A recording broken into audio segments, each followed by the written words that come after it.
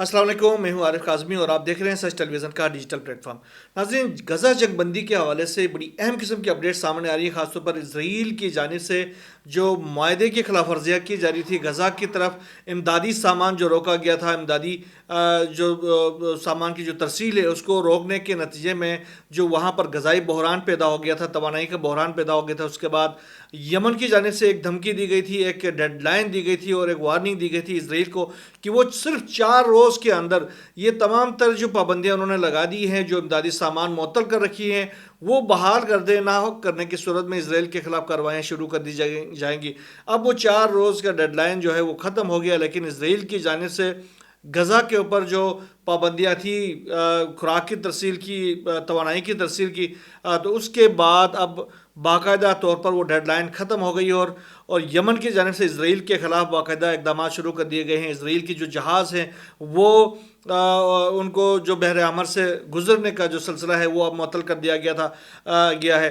خاص طور پر بحر احمر، بحر عرب، باب المندب اور خلیج عدن میں تمام اسرائیلی جہازوں کی آمد رفت پر پابندی فوری طور پر دوبارہ سے شروع ہو گئی ہے، اور یمن کے جو اعلیٰ عہدیدار ہیں انہوں نے یہ کلیئر کر دیا ہے کہ انہوں نے اپنے ریڈارز جو ہیں وہ آن کر دیے ہیں۔ اب اسرائیل کی طرف جانے والا جو بھی جہاز ریڈار میں آیا اسے ہٹ کیا جائے گا۔ اس کے ساتھ ہی یمن کے تحریک انصار اللہ کی جانب سے جو اپنے ایک سٹیٹمنٹ جاری کر دی گئی ہے، خاص طور پر اسرائیل کے جو ویسلز ہیں ان کے اوپر پابندیوں کے حوالے سے، تو انہوں نے کہا کہ یہ جو پابندیاں ہیں اس حوالے سے جو یمن کی فورسز ہیں وہ کچھ باتوں کی وہ انہوں نے کہا کہ ہم تصدیق کرتے ہیں۔ اس میں یہ ہے کہ نمبر 1، بحر احمر اور بحر عرب کی جو متعین جو آپریشنل علاقہ ہوگا اس کے ساتھ ساتھ جو باب المندب ہیں اور خلیج عدن میں تمام اسرائیلی یا کسی بھی ملک کے اسرائیل جانے والے بحری جہازوں کی آمد رفت پر دوبارہ سے پابندی کا اعلان کیا جاتا ہے۔ اور دوسرا ان کے شک یہ ہے کہ یہ ممانعت اس اعلان کے فوراً بعد شروع ہو جاتی ہے، یعنی یہ نافذ العمل ہو چکی ہے۔ اور تیسری یہ کہ کوئی بھی اسرائیلی جہاز جو اس پابندی کی خلاف ورزی کرے گا اسے اعلان کردہ آپریشنل زون میں نشانہ بنایا جائے گا۔ اور چوتھا انہوں نے یہ کہا کہ یہ ممانعت اس وقت تک جاری رہے گی جب تک کہ غزہ کی پٹی کے راستے دوبارہ نہ کھولے جائیں اور امداد، خوراک اور ادویات کو داخلے کی اجازت نہیں دی جاتی ہے۔ یہ کلیئرلی یمن کی جانب سے اب اعلان کر دیا گیا ہے، اور اب اسرائیل کے جو جہاز ہیں وہ اگر ان جو احکامات ہیں ان کی خلاف ورزی کرتے ہوئے باب المندب سے گزرنے کی کوشش کرتے، بحر عمل سے گزرنے کی کوشش کرتے ہیں، اور بحر عرب کے اندر جو آپریشنل ایریا ہے ان کا ڈیفائنڈ ایریا ہے اس کے اندر سے گزرنے کی کوشش کریں گے، تو پہلے تو ان کو وارننگ دی جائے گی یمن کی جانب سے، اس کے بعد اس کو ہٹ کیا جائے گا، اس کو تباہ کر دیا جائے گا۔ یہ اب کلیئر ہو گیا ہے اور یہ طول جنگ بچ چکی ہے، اور اسرائیل کے اندر جو ہے وہ کشیدگی پھیلی ہوئی ہے، وہاں پر سراسیمگی پھیلی ہوئی ہے۔ اگر اب یمن کی جانب سے اسرائیل کی کوئی بھی جہاز یا اسرائیل جانے والے کوئی جہاز کو ہٹ کیا جاتا ہے تو اس کے جواب میں اسرائیل ہوں یا امریکہ ہوں یا برطانیہ ہوں، ان میں سے کوئی جوابی کارروائی کرتا ہے تو پھر یمن کی جانب سے ہائپرسونک میزائلوں کی بارش ہوگی، اور وہ بھی اسرائیل کے اوپر ہوگی۔ تو اسرائیل کے اندر اس وقت خوف و ہراس کا ایک سلسلہ شروع ہو گیا ہے۔ عوام جو ہے وہ بڑے پریشان ہے، فورسز ہیں ان کو ریڈ الرٹ کر دیا گیا ہے، اور عوام کو یہ ہدایت دی گئی ہیں کہ وہ جو ہی سائرن بجنے کی آواز سنے وہ اپنے جو انڈر گراؤنڈ شیلٹر سے وہاں پر جانے کی کوشش کریں۔ دوسری طرف اسرائیل کی جانب سے غزہ کے اندر جو اپنی شدت پسندی ہے، اپنی بربریت کا جو سلسلہ ہے وہ جاری ہے۔ ابھی مزید گزشتہ 24 گھنٹوں کے دوران 5 فلسطینی اسرائیل کی جانب سے شہید کر دیے گئے ہیں۔ اسرائیل کی جو فوج ہے انہوں نے یہ اعتراف بھی کیا ہے کہ مختلف مواقع کے اوپر اسرائیل کی جو فورسز ہیں انہوں نے فلسطینیوں کو انسانی ڈال کے طور پر استعمال کیا، یعنی جہاں پر حماس کی جانب سے ان کے اوپر حملہ کیا جا سکتا تھا، ان کو تباہ کیا جا سکتا تھا، وہاں انہوں نے فلسطین کے لوگوں کو انسانی ڈال بنا کر اپنی جانیں بچانے کی کوشش کی۔ تو یہ آپ اندازہ لگائیں کہ اسرائیل جو ہے وہ عام شہریوں کے ساتھ کس حد تک وہ اٹروسٹیز کرتا رہا ہے اور ان کو کس طریقے سے ظلم و ستم کا نشانہ بناتا رہا ہے۔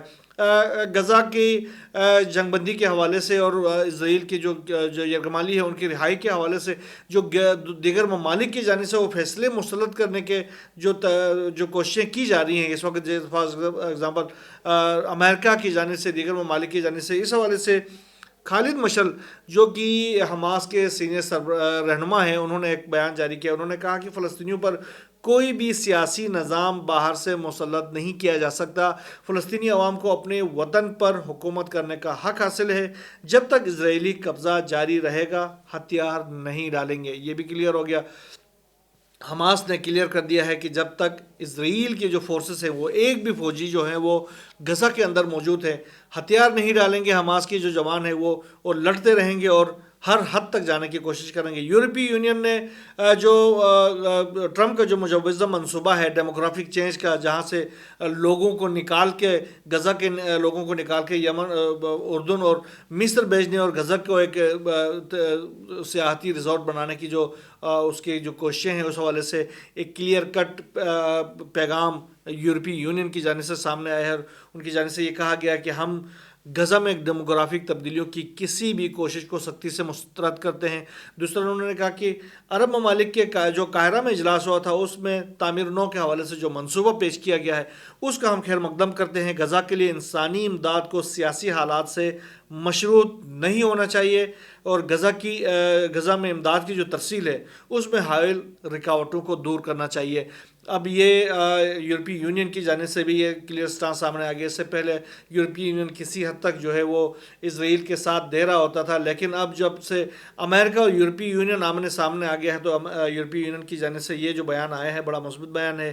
تو انہوں نے اسرائیل کی جو کارروائیاں ہیں، اسرائیل کی جانب سے جو امداد روکنے کی جو کوششیں ہیں اس کی انہوں نے اس کو تنقید کا نشانہ بنایا گیا ہے۔ دوسری طرف اگر ہم رخ کریں ایران، امریکہ اور اسرائیل کے درمیان جو کشیدہ صورتحال ہے تو اس نتیجے میں اس کے حوالے سے بڑی اہم قسم کی ڈیولپمنٹ خاص طور پر چابہار کے علاقے میں ایران کے وہاں دیکھی جا سکتی ہے۔ وہاں پر جو 3 ممالک ہیں ایران، رشیا اور چائنا، ان کی جو ملٹری ڈرلز ہیں وہ بڑے پیمانے پر وہاں پر جاری ہیں اور انتہائی ایکسٹینسو قسم کی وہاں پر ملٹری ڈرلز کی جا رہی ہیں۔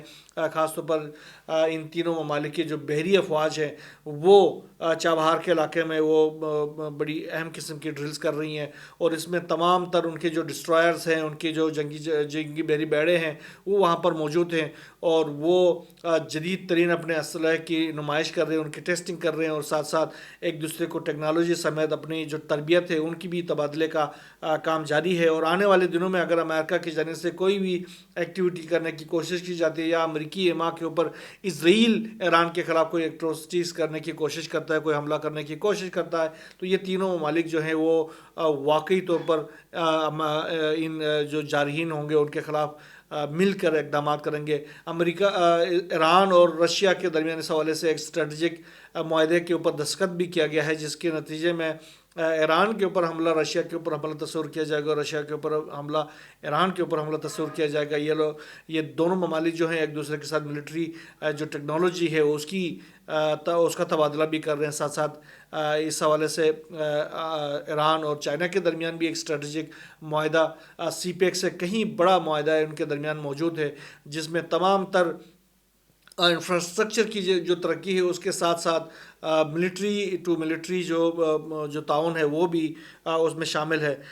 اس کے ساتھ ہی جو ٹرمپ کا جو گزشتہ روز جو خط تھا امریکہ کے صدر کی جانب سے ایران کے سپریم لیڈر آیت اللہ سید علی خامنہئی کو، اس کے جواب میں آیت اللہ خامنہئی نے تو کلیئر کر دیا تھا کہ ہم بدمعاش ریاستوں کی کوئی دھمس دھمکی کو قبول نہیں کرتے ہیں، لیکن اب ایران کے جو صدر ہیں مسعود پزشکیان، انہوں نے بھی ایک کلیئر سٹانس جاری کر دیا۔ انہوں نے کہا کہ امریکہ جو غلطی کرنا چاہتا ہے کر لے، دباؤ اور بدمعاشی کے تحت مذاکرات نہیں کریں گے۔ انہوں نے کہا کہ امریکہ ہمیں احکامات اور دھمکیاں دیں یہ ناقابل قبول ہے، میں امریکہ سے بات چیت نہیں کروں گا۔ اور اس کے ساتھ انہوں نے صدر ٹرمپ کو مخاطب کرتے ہوئے کہا کہ تمہیں شرم آنی چاہیے، خاص طور پر یوکرینی جو صدر ہے ولادیمیر زیلنسکی، اس کے ساتھ جو کچھ کیا ہے اس کو دیکھتے ہوئے انسان کا سر جو ہے وہ شرم سے جھک جاتا ہے۔ تم نے وہ حرکتیں کی ہیں، تم میں انسانیت نہیں ہے اور تمہیں شرم سے ڈوب مرنا چاہیے۔ سپریم لیڈر نے اس سے پہلے یہی چیزیں ان کو کہہ دیا تھا۔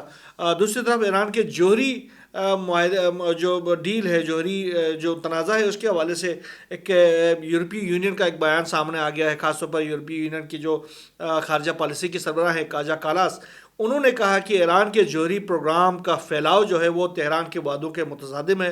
دوسری طرف انہوں نے یہ کہا کہ ایران کے جوہری مسئلے کا جو سفارتی حل وہی واحد راستہ ہے کہ اس کو سفارتی ذریعے سے حل کیا جائے. جنگ اس کا کوئی حل نہیں ہے. ٹرمپ کے اس جو آنے والی جو دھمکیاں ہیں اس کے حوالے سے یہ کلیئر انہوں نے کہہ دیا ہے کہ کوئی دھمکیوں سے یہ معاملہ حل ہونے والا نہیں ہے. ایران کسی دھمکی میں آنے والا تو نہیں ہے. اگر کوئی حل ہے ایران کو ٹیبل پہ لانے کا تو وہ سفارتی حل ہے، اور اس کے لیے امریکہ کو اپنے آپ کو سنبھالنا پڑے گا، امریکہ کو نیچے آنا پڑے گا، امریکہ کو اپنے دھمکیوں سے باز آنا پڑے گا، تب کہیں بات چیت ہو سکتی ہے. ورنہ دوست دھمکی کے ساتھ ایران کے ساتھ کوئی معاہدہ نہیں ہو سکتا. دوسری طرف ایران نے یہ بھی کلیئر کہہ دیا ہے کہ امریکہ کی جانب سے اب تک انسانی حقوق کی جو خلاف ورزیاں کی جا رہی ہیں اس کی ایک فہرست بنائی جا رہی ہے، اور وقت آنے پر اس حوالے سے بھی امریکہ کے ساتھ بات چیت کی جائے گی اور امریکہ کے اوپر سختیاں کی جائیں گی. دوسری طرف اگر ہم رخ کریں مشرقی وسطیٰ سے باہر نکل کر، تو روس اور یوکرین کی جنگ کے حوالے سے، روس اور یوکرین کے جنگ کے حوالے سے جو اہم قسم کے مذاکرات جدہ میں جاری تھے اس کے بڑے فروٹفل نتائج سامنے آئے ہیں، اور خاص طور پر ولادیمیر زیلنسکی ہے، انہوں نے امریکہ کی جانب سے جو جنگ بندی کی ایک تجویز تھی اس کو انہوں نے قبول کرنے کی کوشش کی. انہوں نے کہا کہ جو 30 دن کی جو جنگ بندی ہے اس کے حوالے سے امریکی تجویز کی توثیق کی ہے، روس کے ساتھ فوری مذاکرات پر آمادگی ظاہر کر دی ہے، اور رشیا یوکرین کے جو مثبت رد عمل تھا اس کو دیکھتے ہوئے ٹرمپ انتظامیہ نے یوکرین کے لیے جو فوجی امداد تھا اس کی بحالی کا اعلان کر دیا ہے، نمبر 1. اور دوسری طرف جنگ کے خاتمے کی امید بھی انہوں نے ظاہر کی ہے. مارکو روبیو نے تقریباً 9 گھنٹے تک طویل مذاکرات کیے ہیں ولادیمیر زیلنسکی کے ساتھ. اس کے بعد انہوں نے صحافیوں سے بات کی ہے. صحافیوں کے ساتھ بات کرتے ہوئے انہوں نے کہا کہ ہم نے ایک پیشکش کی جسے یوکرینی حکام نے قبول کر لیا، اور جس کے تحت وہ جنگ بندی اور فوری مذاکرات پر آمادہ ہیں. اب ہم اس پیشکش کو روسیوں کے سامنے رکھیں گے اور امید کرتے ہیں کہ وہ امن کے اس فارمولے کو قبول کر لیں، اور اگر وہ انکار کرتے ہیں تو بدقسمتی سے ہمیں یہ معلوم ہو جائے گا کہ امن کے راستے میں اصل جو رکاوٹ ہے وہ کون ہے. تو یہ مارکو روبیو نے صحافیوں سے بات چیت کرتے ہوئے کہا. دوسری طرف رشیا نے ایک کلیئر سٹانس جاری کر دیا ہے. رشیا کے جو وزارت خارجہ کی ترجمان ہے ماریا زخارووا، انہوں نے کہا ہے کہ یوکرین کے بارے میں فیصلے امریکہ نہیں کر سکتا. یوکرین کے معاملے میں جو بھی فیصلہ ہوگا وہ رشیا کرے گا، امریکہ کو کوئی حق حاصل نہیں. انہوں نے کہا کہ روسی فیڈریشن کی پوزیشن جو ہے کچھ فریقین، معاہدوں اور کوششوں کی وجہ سے فیڈریشن سے باہر نہیں بلکہ اندر طے ہوتی ہے. ایسا نہیں ہوتا کہ جو رشین فیڈریشن کی جو پوزیشن ہے وہ امریکہ طے کرے یا یورپی یونین طے کرے. ایسا ہونا ہوتا تو یہ جنگیں نہیں ہوتی. یہ رشیا جو ہے وہ ان کا ایک غلاموں کی طرح رہ رہا ہوتا. رشیا اگر میدان جنگ میں موجود ہے، رشیا اگر اس دنیا کے قوموں کے درمیان سر اٹھا کر جی رہا ہے، تو اس کی وجہ یہ ہے کہ اس کے فیصلے رشیا کے اندر ہوتے ہیں. لہٰذا رشیا کے جو اور یوکرین کی جنگ کے حوالے سے تمام تر فیصلے رشیا کرے گا، نہ کہ امریکہ. تو یہ ایک سٹانس سامنے آنے کے بعد امریکہ کی جانب سے اس کے رد عمل میں کیا سٹانس آتا ہے یہ تو آنے والے وقت میں سامنے آ جائے گا. انشاءاللہ جو بھی نئی ڈیولپمنٹ سامنے آتی رہیں گی انشاءاللہ ہم آپ سے شیئر کریں گے. یہاں بس اتنا ہی. اللہ حافظ.